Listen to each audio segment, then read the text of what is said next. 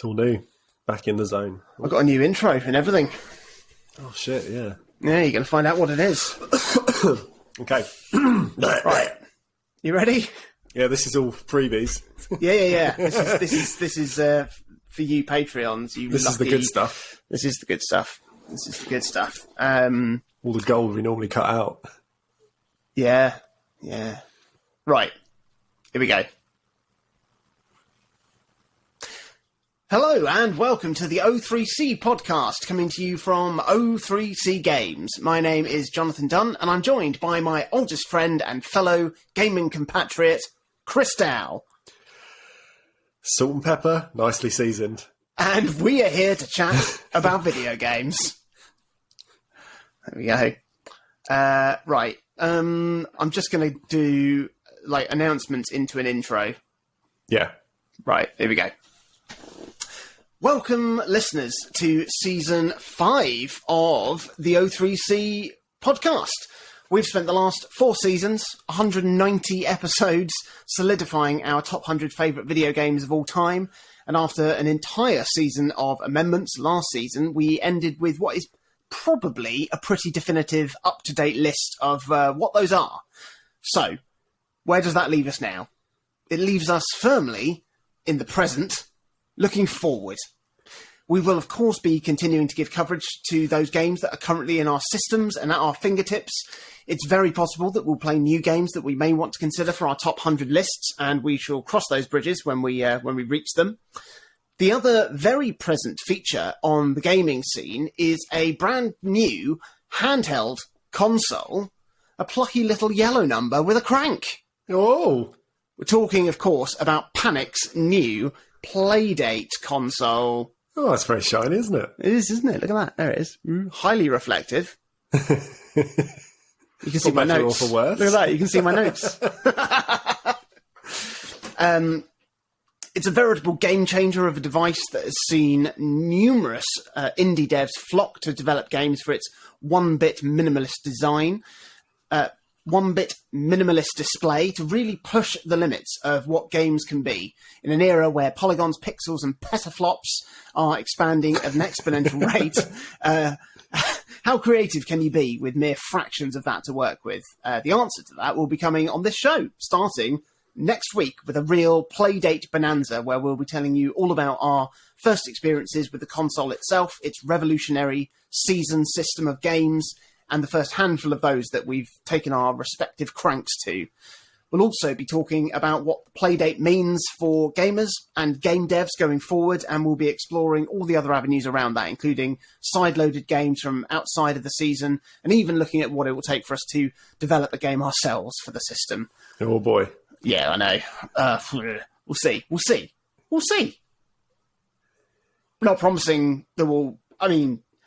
Not promising anything. Let's make that very clear right now. We can certainly promise that we'll be looking at it. I think safe to say. But we're not only going to be talking about the Playdate this season. In fact, we'll be doing Playdate updates every other week, and the episodes in between those will be filled with new, exciting gaming activity. Now, we know in the gaming world that a very big deal is Fortnite. And so here at O3C Games, every fortnight, that's right, every 2 weeks, me and Chris will be challenging each other to play a specific game to talk about on the next challenge episode. None of them will be Fortnite, I guarantee you. It's entirely up to us how we want to pitch that to the other. It might be playing a game that has sat firmly off the other's radar that they've never heard of, a classic curveball. It might be a game that we know to be totally outside of their comfort zone. Could be a game that we think might shine a light on a whole new area of gaming, or put other games that they already know and love into a different context. Now that we've fully stocked and loaded emulation stations on our Steam decks, I'm fairly confident that no game from history is off limits to us for those episodes. Yeah. And certainly knowing what your gaming knowledge is like, Chris, I know I'm certainly in for a heck of an eclectic ride, whereas you, meanwhile, can gird your loins as I just pick the most relentlessly terrifying games, fortnight upon fortnight, to inflict upon you. No, I won't do that. I won't do that. But I do look forward to expanding your horizons as well, hopefully. Yeah.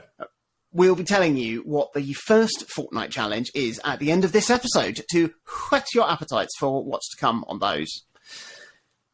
We'll be rounding this Season 5 launch episode off with a big old chat about what we've been playing over the last few weeks. But before we do that, I did want to tell you all about a brand new Patreon perk that is now available.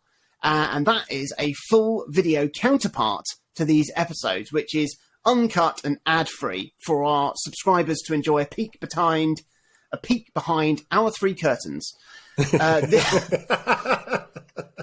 This joins an incredible wealth of perks already available on our Patreon, including exclusive full bonus episodes, deleted scenes and outtakes, bonus video content, and most importantly of all, access to our Discord server, where you can chat with us, our fellow Patreon subscribers, our incredible range of special guests from seasons past, and you can be a vital voice in shaping the future of this show. Head over to patreon.com/O3C Games to check all of this out.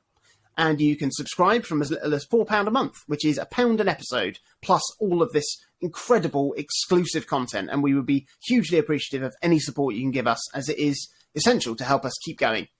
But if subscribing isn't your bag, then there are other ways to support us. If you head to our website, o3c.games, first of all, check out our incredible articles, reviews, videos, an enormous archive of the podcast.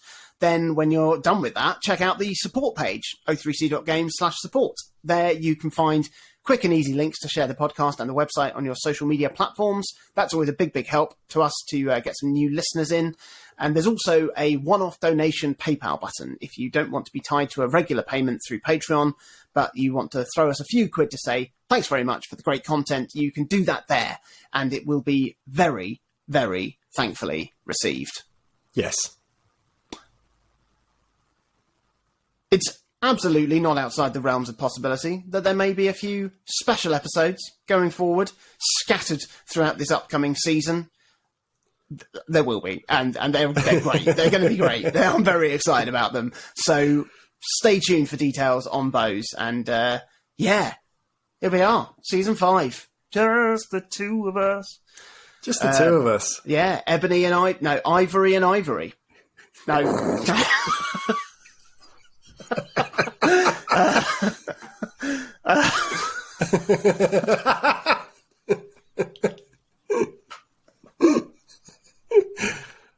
We are as white as two piano keys as well. I know, two ginger beards. Yeah. Although under this light for the Patreon viewers, I am like tomato red. Are you? I have blind. I don't know. I might be. Who knows? Sat here in my... You're more like a soft peach. I've been described as that before. So, let us finish this... I say finish this episode off. Stay tuned, because we're talking for a lot now, because we've played... Well, it's been several weeks, hasn't it, since we kept people updated with what we've been playing. And what have we been playing? Chris, why don't you kick us off with... Tell us a game you played. I've played a whole bunch, and in thinking that we were going to do an episode like this to open this season, I thought it really would be sensible, rather than saying, here's a list of 150 things I've played for 5 minutes, just to pull out the stuff I've actually spent a bit of time with, so I could have some sort of opinion. I could tell you something about games rather than saying, the title screen's quite nice. So I've been a bit more specific. So first up, over the last few years, I've considered again and again replaying The Witness. And the thing that's put me off isn't necessarily its length, or that Jonathan Blow has gradually become more famous for having really shit takes online than making outstanding games. It's because I know no matter how many years away I get from beating the game, as I did back in 2016, it's never going to be a fresh experience again. And the island of The Witness won't carry the same mystery. The rules of each puzzle, whilst probably pretty woolly up in my old brain at this point, they're not going to feel new. And a year or so ago, I saw a lone developer sharing screenshots and footage of their in-progress puzzle game called Taiji on Twitter. And I immediately placed it on my most wanted list, as without trying to sell the game short, I could tell it was essentially just The Witness, but in 2D. It's got a mysterious island. It's got a very simple input mechanic that can be applied to a range of puzzle types. It's got increasingly abstract puzzles with evolving rule sets. Basically, everything I loved about The Witness was in this little kind of 1 minute teaser trailer. And now that the game is out, I can confidently say that I was right to anticipate this one, because even if the game doesn't quite have the same wanderlust that comes with the beautiful visual design of The Witness, and the puzzles don't feel quite as rigidly sequenced or play tested, owing to having probably an infinitely smaller budget, because The Witness was backed by Sony by the time it came out. It's very hard not to be in awe of someone able to take Jonathan Blow's template and actually deliver on it with an experience that feels familiar, but different enough to absolutely be worth playing if you enjoy the old Metroid Brainias. Love that. Metroid Brainia. It's so good. It's so good. Now, a few months ago, I played that parody game called The Looker. On Steam, and that did a lot right, but it was always going to be hamstrung by being a comedy game. So it never intended to be a fully drawn out, massive experience. It was meant to, tell its joke, deliver on that premise pretty effectively, offer up a few genuine laughs, and then wrap up nicely in like an hour or so. Whereas Taiji, on the other hand, I'm 8 hours in right now. I'm approaching the midpoint, I think, in terms of puzzles, because I believe there's about 450 panels in the game, and I've just hit 200. Wow. And it's really good. It's really, really good. Like, rather than drawing a line to solve a puzzle like you do in The Witness, here you have a grid of squares, and by reading the icons on said grid or reading environmental hints or other kind of things that are going to point you in the right direction, you need to decide whether each square of the grid should be switched on or off. And that's basically it. The concept of Taiji is apparently Chinese and relates to the absolute balance that is in kind of the yin and yang. So that's where it comes from as a name. And although that doesn't mean puzzle grids, just like Mortal Kombat. Do you see that thing about the design of the Mortal Kombat logo? How it's based on the yin yang logo. I mean, you can kind of see it. When you see it like overlaid, you won't unsee it. It's it's really interesting to read about like the design philosophy behind that logo. But yeah, as you were. As an aside. So with the kind of yin and yang in your mind, it doesn't mean that all the puzzle grids are going to be 50% on and 50% off, but it does all feel kind of like there's a pleasing sense of equilibrium once you do solve them. I'm not going to say anything else about the puzzle types or puzzle rules, because as with The Witness, it's a game to experience blind to enjoy it the most. But I will say, if you're someone like me who's been desperate for something in this weird subgenre of puzzle game where Myst meets Minesweeper, Taiji is a pretty fantastic experience, and it's only about £15 on Steam. It's not hugely expensive, and I can highly recommend it. Yeah, I did pick it up and have given it a little go. It's got an incredible degree of quality to it. It's not just somebody trying to do a version of The Witness. It is clearly a very, very well made game. I think I like you, would love to erase my memory of The Witness and play it again. But in all honesty, I don't know if I'd have the time and mental space to really play The Witness these days. Like when I first played it, I was living with Minty and my friend Steve, and I'd be playing it in the evenings. I had no other demands on my time whatsoever. I wasn't even working freelance at the time. I was working for a company, and I could write down notes on a pad of paper, and I could take it into work with me and keep working on the puzzles whilst I was at work. And there's no way in hell I'd have because it's not just about the time. Because obviously, I find the time to play a lot of games. Yeah. But like the way I play games is I try and do it quite efficiently. They're not games that I sort of just dwell in. Yeah. Like you would with The Witness, which you do just need to sit in and be and think and wait and watch and learn. I'm like, right, let's tick off all of these missions right now. Let's get to the end and play the next one, And I worry that that's going to stop me with Taiji. But I've got it on the Steam Deck. It runs beautifully on that. So I know that, the option to pick up and play it is there. And so maybe I'm certainly encouraged to play it. And your recommendation means a lot. I think it fits that portable experience really well. So obviously that's how I've approached it as well. I've been playing it on the Steam Deck like in the evenings in between other stuff. And that as you say, the biggest difference, I guess, is that when I was playing The Witness, I did nothing else for the month or so that it took me to beat that thing. Yeah. Every single moment I was sat down and not doing work or doing kind of social stuff, I was playing The Witness. Yeah. And even when I was working and doing social stuff, I was thinking about The Witness. Yeah. And it was relentless. And I wouldn't trade that experience. Like that sort of period in time was just absolutely unbelievable. I can't think of another game that's gripped me as much of that.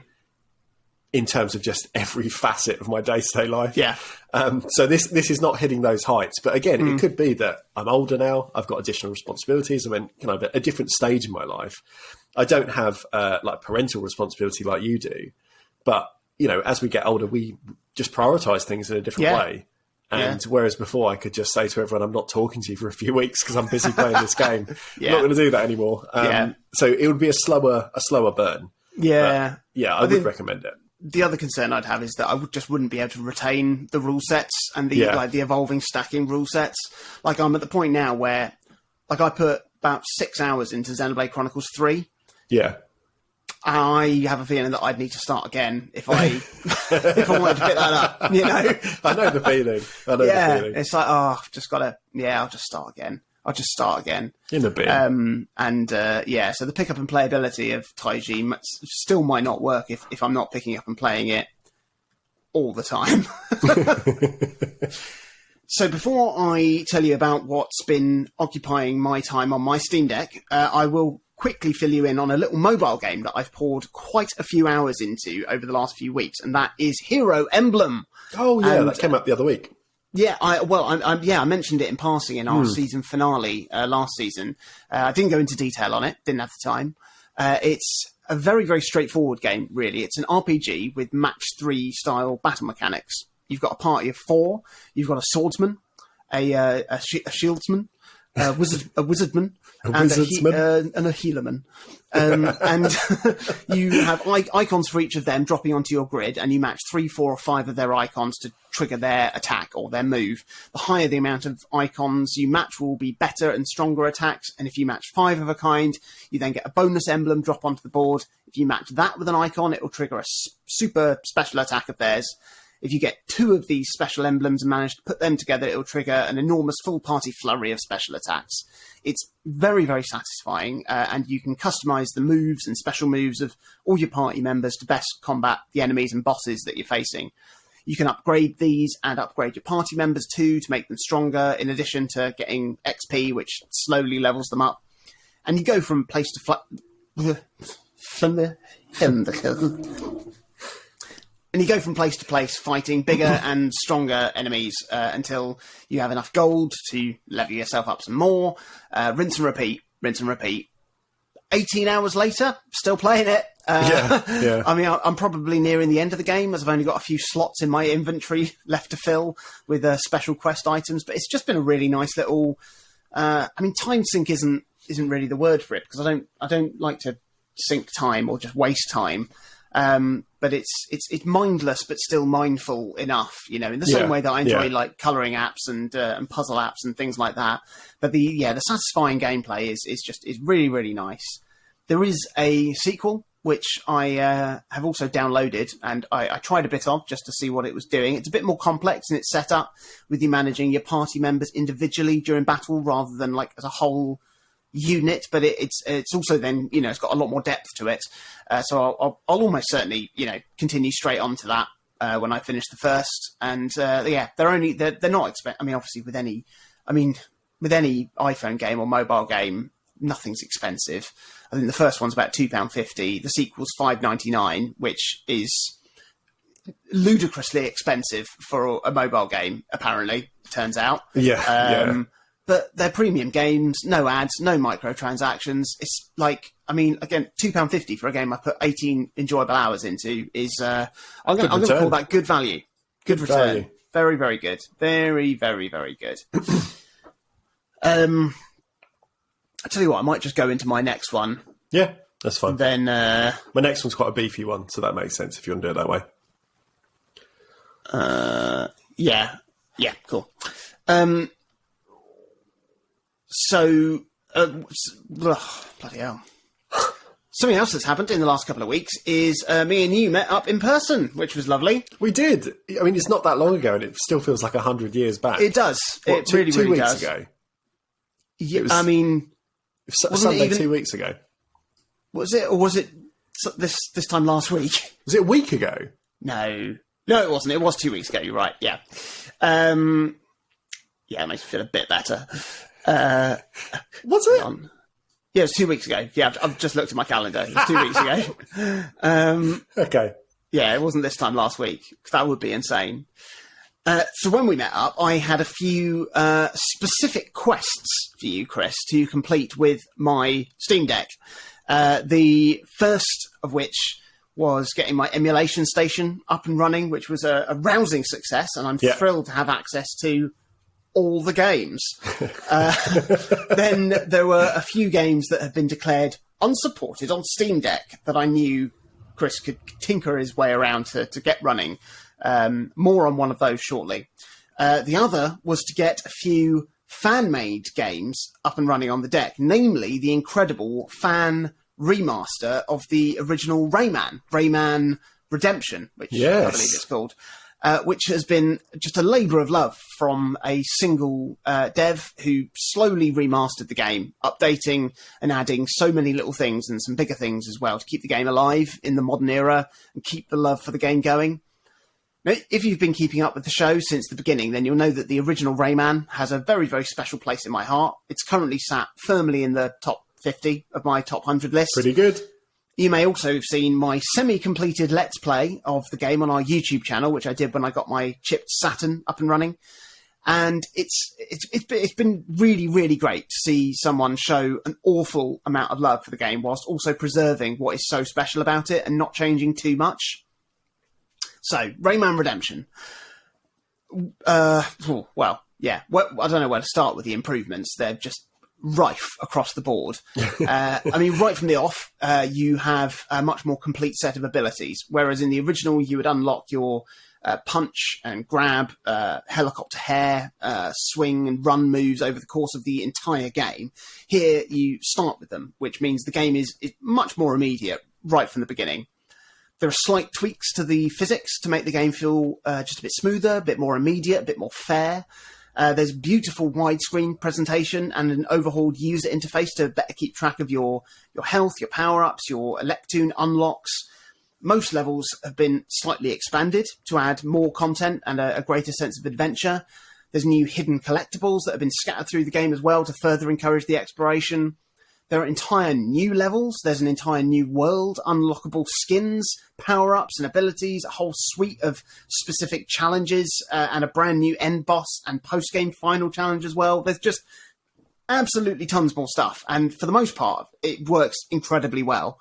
Like, the redesign of some of the sprites to add more variety in the game is largely nice, but they're not always 100% in keeping with the game's original design mantras. This is like especially noticeable in the brand new world that is obviously entirely new art assets. Like, the design of the levels themselves is nice, but they don't quite feel properly Rayman. And likewise, there are also some new music tracks that have been composed for the new levels, which inevitably pale in comparison to the original's majestic atmospheric soundtrack. But then most soundtracks do, you know. There was I tell you what, there was a surprisingly niche nod in one of these new levels. And I remember I had a bit of educational software, which was Learn French with Rayman. Oh, boy. I remember the box. I remember the box, yeah. Yeah.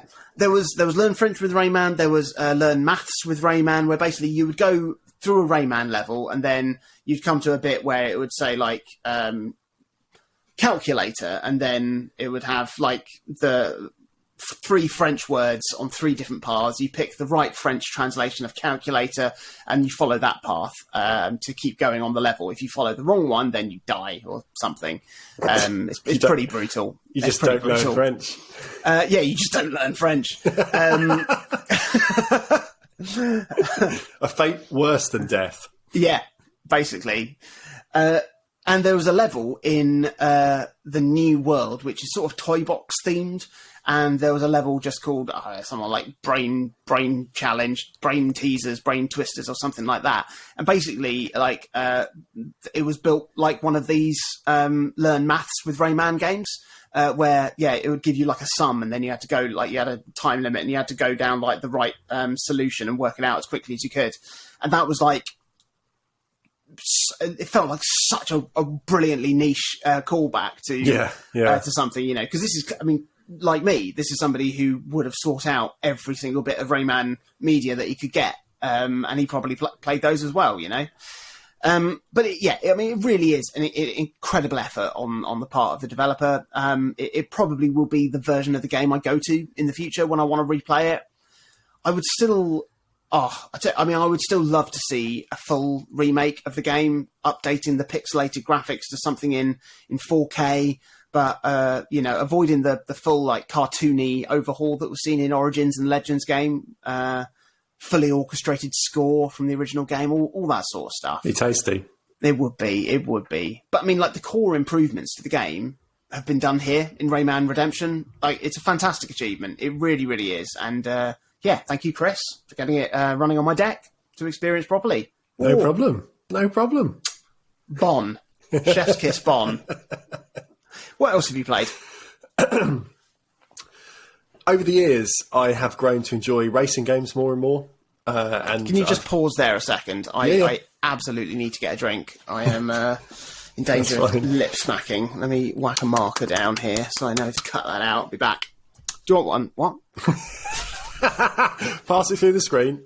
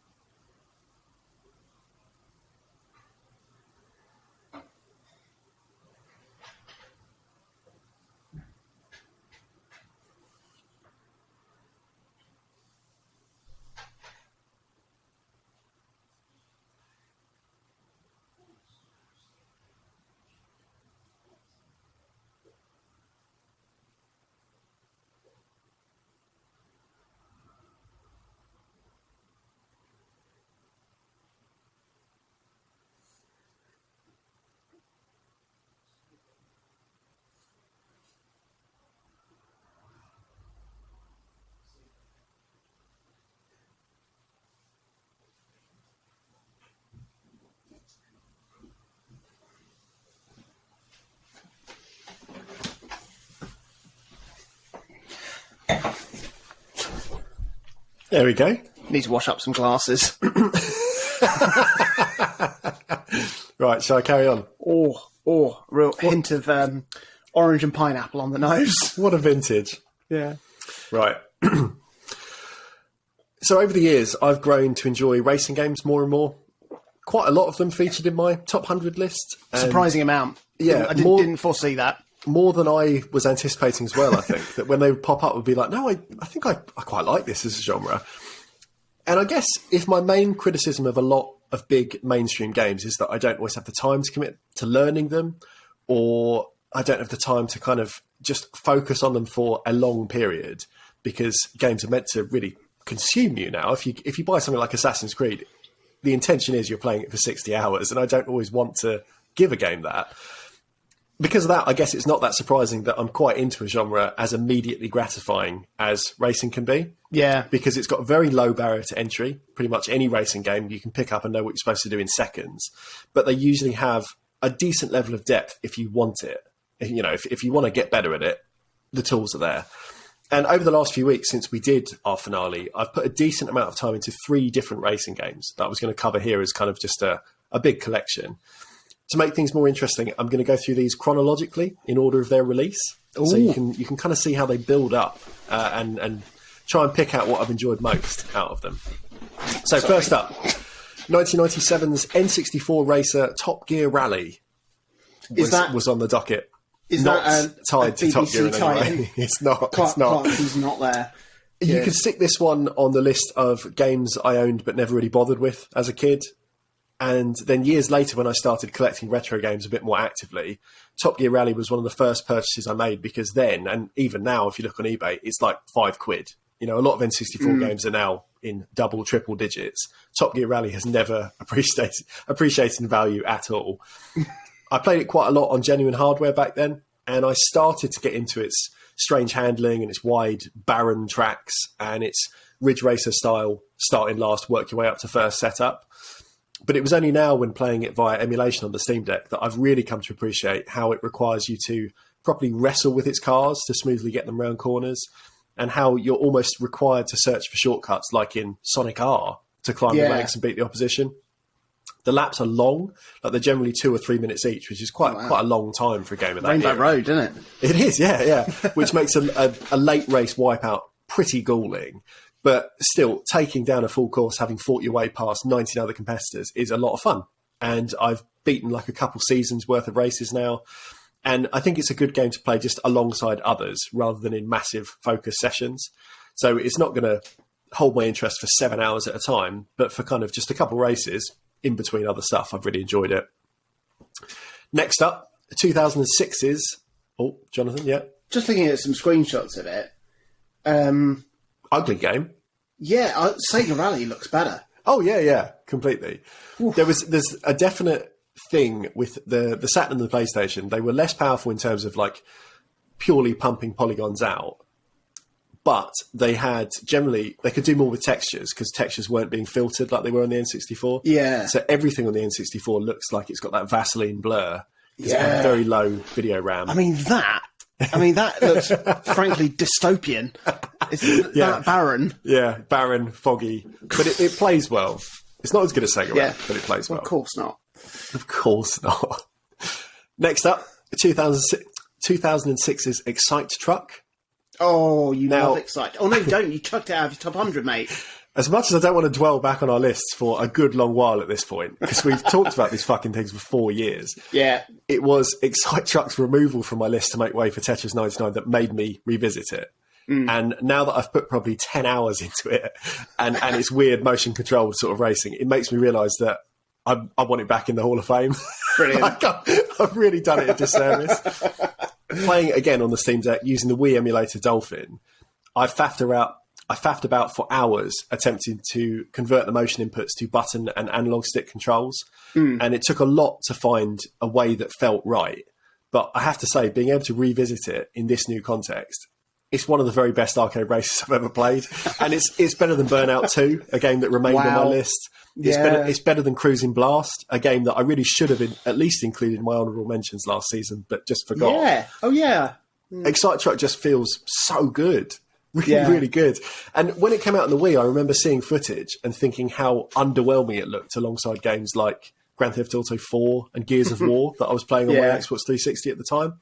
But these days, I would choose Excite Truck over just about every game on Microsoft's entire Xbox ecosystem because the sense of speed is incredible. When you chain like a 15-second drift into a humongous jump where you're flipping and twisting through the air, it's amazing. Ramming other racers just clean off the track is great. And it all feels deliberately loose. And I think I said this when it came up on my list originally, owing to the fact that it's intended for tilt controls. You used to hold the Wiimote and really sort of lean into it. But this just adds to this mad sense of having to properly wrestle with your truck, even when using traditional buttons and sticks. And it makes it feel exhilarating because when you do really nail a lap or a full track, it feels like you've ridden on the back of a ball to victory. Like it's not the type of game where you can just hold still and go in a straight line. You're constantly fighting. And it's just absolutely incredible. Finally, splitting the difference between the slightly more realistic, at least for the time, Top Gear Rally and the bananas off-road action of Excite Truck is 2018's Forza Horizon 4. What a great game that is. Now, I bought this mainly Talking to see... of games that got chucked off lists. Yeah, in the bin, in the mud. Yeah. I bought this mainly to see just how powerful the Steam Deck is. And amazingly, with a few video settings tweaks, this device is able to kick out visuals better than the Xbox One release. It's insane. It's insane. It is an unbelievably good-looking game. And I picked it up. I think it was a sale for basically the game with all downloadable content, because any sort of licensed games like this can kind of just disappear at almost a moment's notice because of, the way that licensing contracts are paid for in modern games.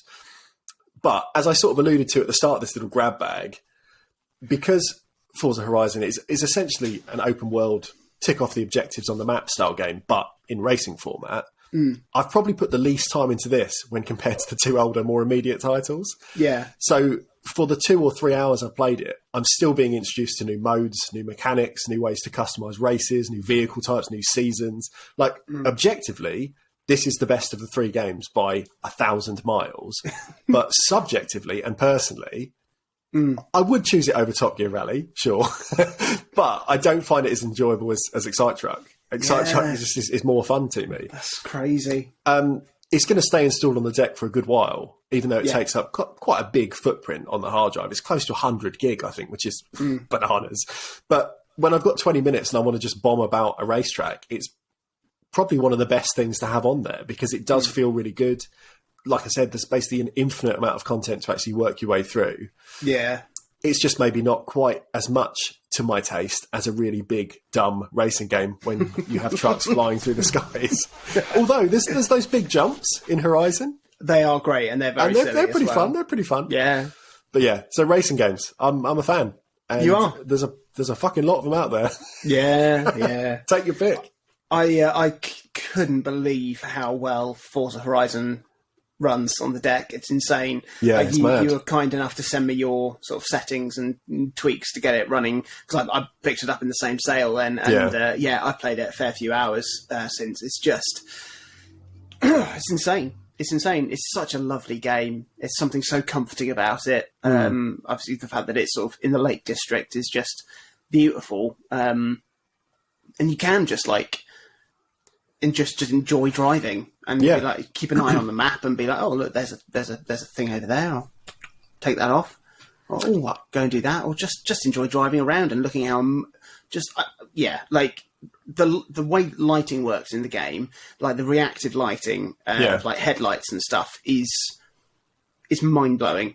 It's mind blowing just as a technical achievement, but then to see that on the Steam Deck running, as you said, like as good as I've seen it running on when I played it on PC, is silly, goofy, goofy. What else have you been playing on your Steam Deck? Well, the other thing that you did, as I said, was get a few unsupported games working on the deck, including the first 3 Thief games, which is very exciting. They still need just a little bit of tweaking in terms of the controller setup to get them working smoothly, especially as the first 2 games never really meant to be played with a controller. And I have been dipping into them occasionally to tinker with them, but I want to find just a nice little chunk of time to sort of just sit down with plug a keyboard in and work out exactly kind of what I need where so that it feels right. But it's still just wonderful to play them on a handheld. It's genuinely a dream come true. I've always wanted them on a handheld, so yeah, that's brilliant. But the other game that was on the priority list was Batman Arkham Asylum. Asylum. I'm not sure what needed to be done, but I don't know either. It was one of those ones I just kept launching it until it worked. Yeah, basically. Yeah, but yeah, it ran pretty much perfectly on the Steam Deck. I know I'm pretty late to the party, piling praise on it. As it did win Game of the Year 12 years ago. But I remember when it came out, most of the reviews led with, it makes you feel like Batman. And that's really the best thing you could hope for from a game like this. It really does fulfill the Batman fantasy, from like the cool gadgets and the stealthy sneaking in the shadows, the badass hand-to-hand combat, the incredible detective sleuthing. It's all here, and you get to feel like you're in charge of all of these things. The thing that made me really want to pick it up was the fact that, when somebody sort of pointed out that it's really one of the first 3D Metroidvanias, certainly outside of like Metroid Prime trilogy. Yeah. But the entire game takes place around the just this one island, like the Arkham Asylum, which is several different buildings all on this one island. and it's got this wonderful claustrophobic feel to it, crawling around vents and caves and getting lost in tight corridors and run down utility areas. It is very Metroid in its setup. It's gorgeously bleak, and the graphic style of it totally sort of holds up when playing it today. And as you progress through the game, you upgrade your abilities, unlock new gadgets that help you reach previously out-of-reach areas, and you slowly explore the island to get stronger and stronger as you take on stronger and stronger foes. But where the game really, really shines is it's just a fucking great Batman story. Arkham Asylum is where Batman has locked up all of his defeated foes, including Joker, who's now then sprung an escape for all of his evil allies, who Batman then has to face off against to get to Joker to stop him unleashing all manner of dreadful on Gotham. It means you get scenarios based around these classic iconic Batman villains like Harley Quinn, Scarecrow, Killer Croc, Poison Ivy, Bane, and you've got the shadow of the Riddler looming large as he's orchestrated the collectibles in the game, very kindly of him, and he sets you all these riddles of things then to try and find and locate all manner of secrets, and those are just such good fun to find. But the story is incredibly dark. It's quite disturbing at many points. Like, Batman as a character in a franchise has gone through so many iterations that you don't necessarily know what version of Batman you're going to see in a different product. There's not even a hint of the kapow, holy rusted metal Batman moments from, Adam West or Val Kilmer or George Clooney films. There isn't the dark.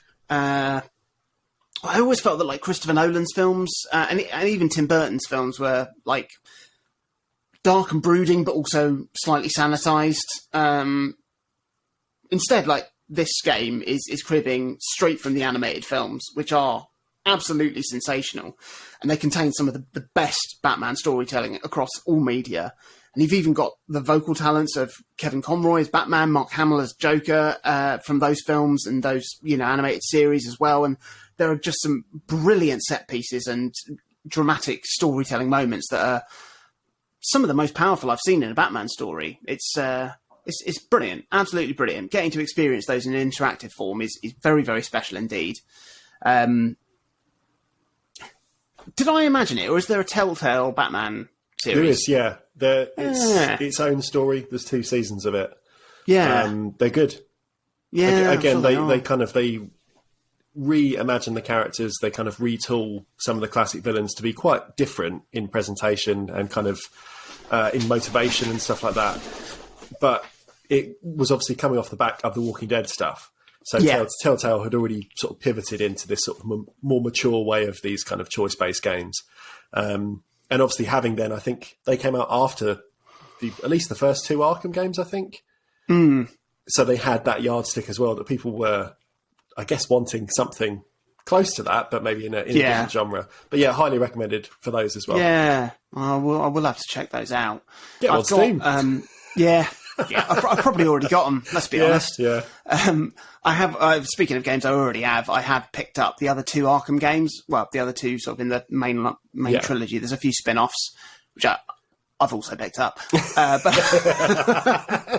But I've got Arkham City up and running. Again, it's not supported, but all it needed is just one setting changed. Found out online, and that's running pretty well. I must say, both games have crashed a few times, which isn't the end of the world. It's a bit annoying because it's not constantly auto-saving, so you can sometimes go back a bit further than you is a bit annoying, but it's really not the end of the world. I've 100%ed Arkham Asylum now. Well, I say... Of course. Why wouldn't you?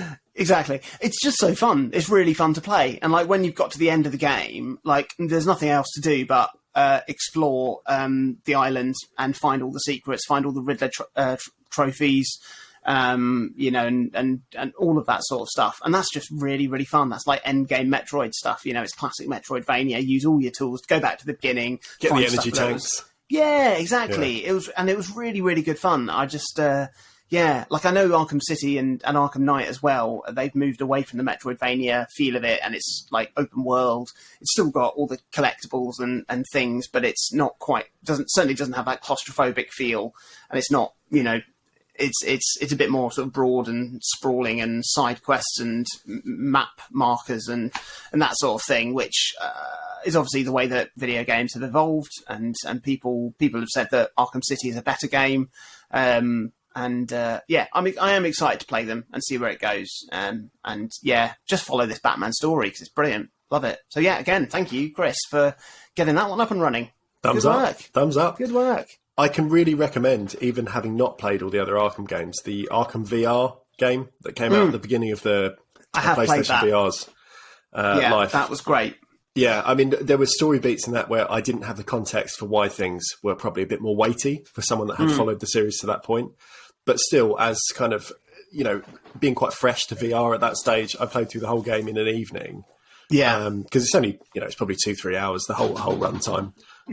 But there were some moments in that I was properly blown away and really put me in Batman's shoes, as it were. And it's you in the great. belt. It's great. In the nipple suit.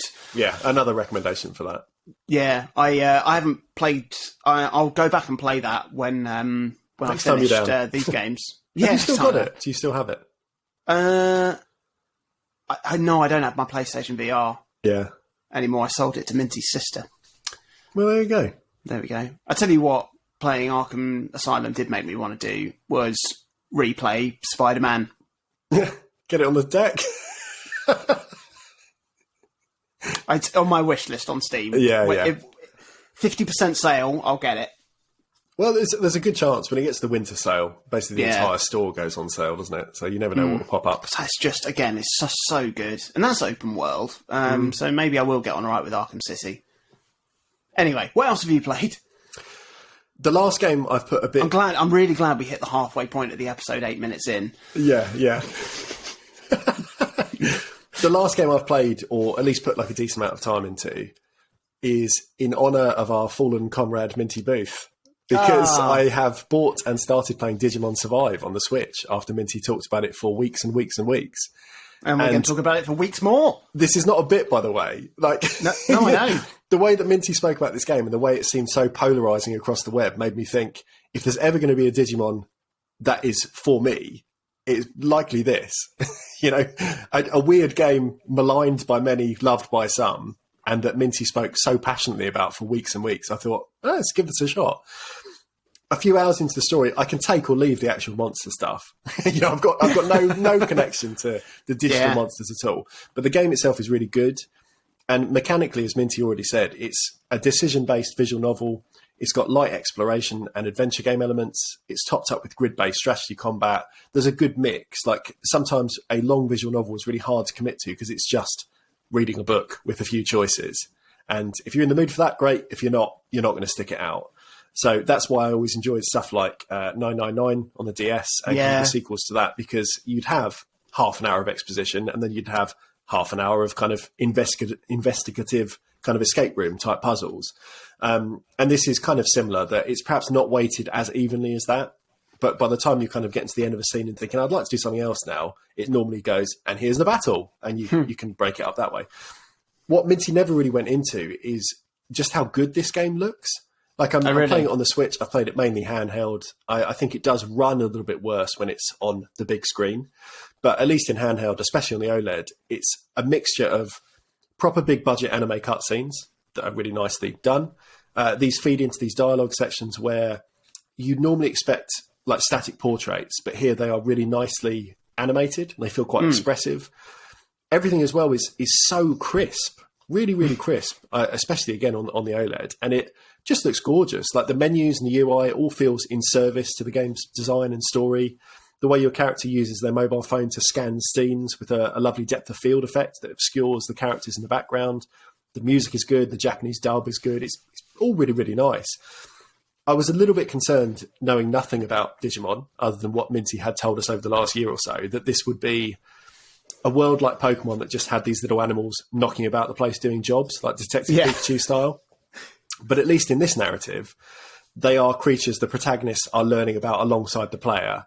And I think that level of disbelief from the characters on screen has actually helped me get into the headspace to enjoy what the story is trying to do.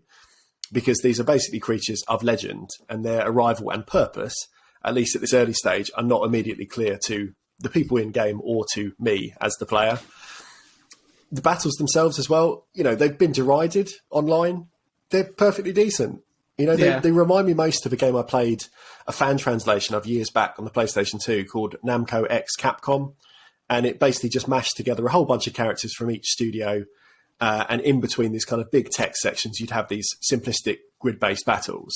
But in the same way, they work to break up the conversations. They work to break up the visual novel stuff. And I don't think they have to be outstanding to do their job in that context, where it's just to sort of put a full stop on the end of this chapter. Let's beat little boss. Let's think about kind of arrange my little guys and do whatever, and then move on to a bit more story. So I'm keen to play more.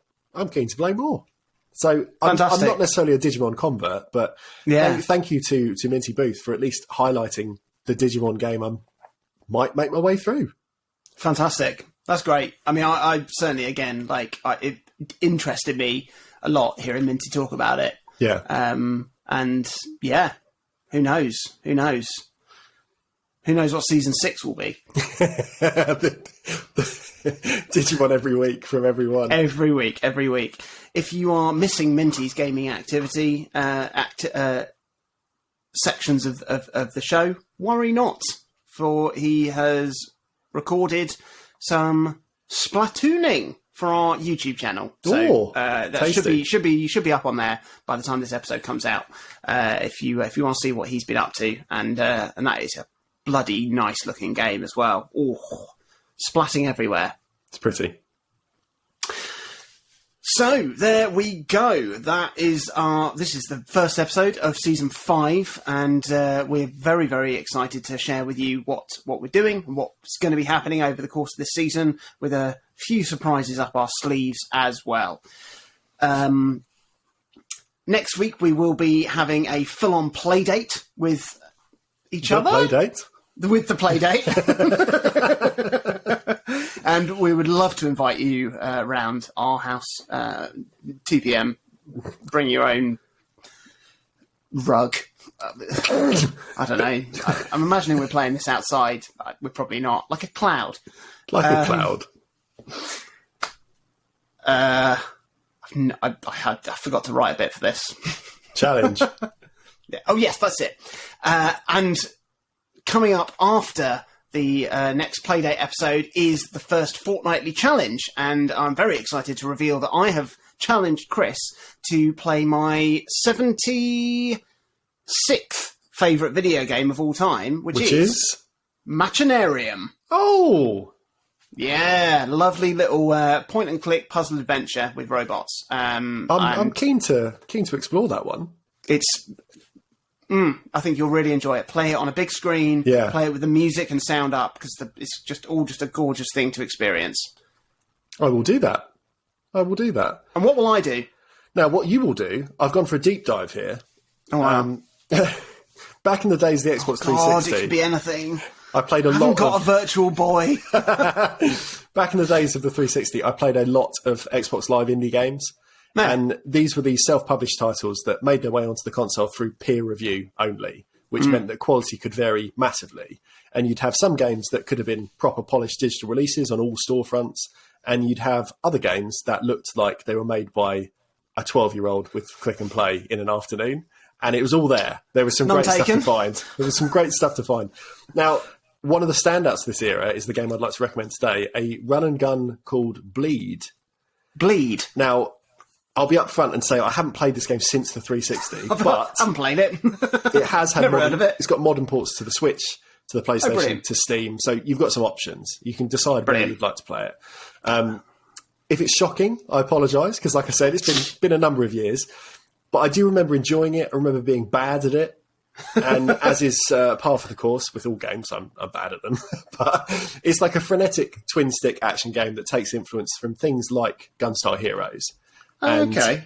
You like those games? I like those games a lot, even though I've never been a master of them. And I think I'm most interested to know how you may or may not enjoy it, because your tastes are obviously quite different to mine. You didn't have the Mega Drive action game heritage that I had, because I grew up with the machine and you didn't. And as much as I know you've played a lot of skill-based 2D indie Metroidvanias over the last few years, I think this sort of immediate arcadey style game is still quite different. to your usual sort of comfort genre picks. So that's your challenge. Give Bleed a go. I'll give Bleed a bleeding good go. A bleeding good go. Yeah, £1.79 on Steam. So I think there we go. That's your question answered. Steam Deck it is.